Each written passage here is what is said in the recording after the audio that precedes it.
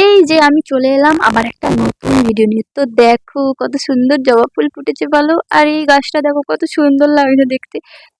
এইরকম গাছ কার না পছন্দ বলো, এত সুন্দর সুন্দর গাছ কার না পছন্দ হবে বলো। আর এই দেখো কারি পাত্তা গাছে আমার ফল ধরেছে, আমি এবার কত চারা বানাবো।